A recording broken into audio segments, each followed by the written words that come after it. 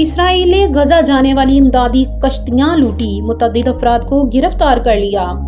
ایک بین الاقوامی کارواں جسے گلوبل سمٹ کہا جا رہا ہے، تقریباً 40 سے 50 کشتیاں اس منصوبے کے تحت غزہ جانی تھی۔ اسرائیل نے ناکہ بندی کر کے انہیں توڑنے اور انسانی امداد پہنچانے کے لیے روانہ ہوئی تھی۔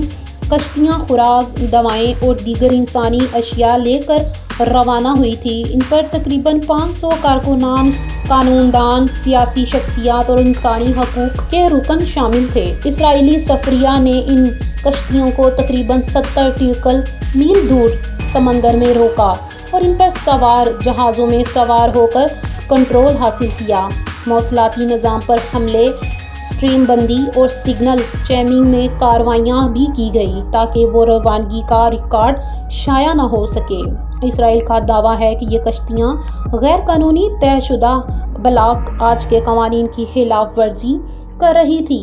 بین الاقوامی سطح پر شدید رد عمل سامنے آیا ہے۔